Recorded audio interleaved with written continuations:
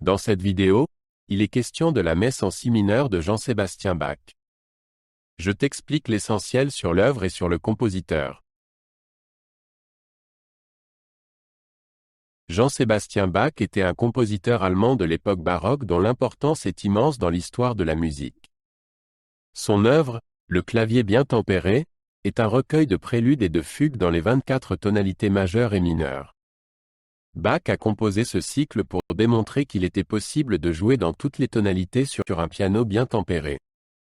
Ce recueil a eu une influence durable sur la théorie musicale et le développement du piano. De nombreux compositeurs et musiciens célèbres s'en sont inspirés. Le bon tempérage est un accordage du piano dans lequel l'octave est divisée en 12 demi-tons légèrement inégaux. Avant l'époque de Bach, les instruments à clavier étaient souvent accordés de manière à ce que seules quelques tonalités sonnent harmonieusement. Le clavier bien tempéré de Bach a montré qu'il était possible de produire des sons musicalement propres et harmonieux dans toutes les tonalités. Cette approche a permis une plus grande flexibilité musicale et a ouvert de nouvelles possibilités pour les compositeurs et les musiciens. Le clavier bien tempéré se compose de deux parties, chacune contenant 24 préludes et fugues. Chaque partie commence par un prélude et une fugue en do majeur et se termine par un prélude et une fugue en si mineur. Cette structure était révolutionnaire, car elle passe systématiquement par toutes les tonalités. Les préludes et les fugues sont chacun coordonnés et présentent une grande variété de formes et de styles musicaux. Les pièces du clavier bien tempéré présentent différents défis techniques.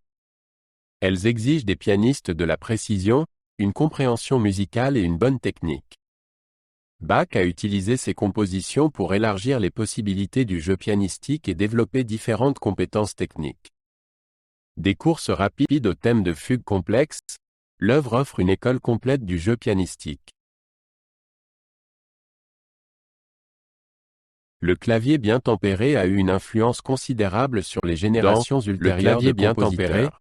Bach utilise un langage musical comme Mozart qui allie émotion et précision mathématique. Les préludes et fugues de Bach et ont intégré des structures et techniques similaires dans leur de la pièce dans différentes voix et harmonies. Ce recueil a servi de manuel d'apprentissage à de nombreux musiciens célèbres et palette d'ambiance et de caractère fondamentale de la littérature. Cette combinaison d'ordre structurel et d'expression émotionnelle rend l'œuvre particulièrement riche et variée.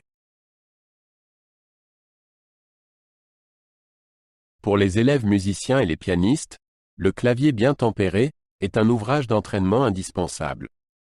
Il permet d'améliorer la compréhension des rapports harmoniques, de la technique des fugues et du jeu pianistique en général.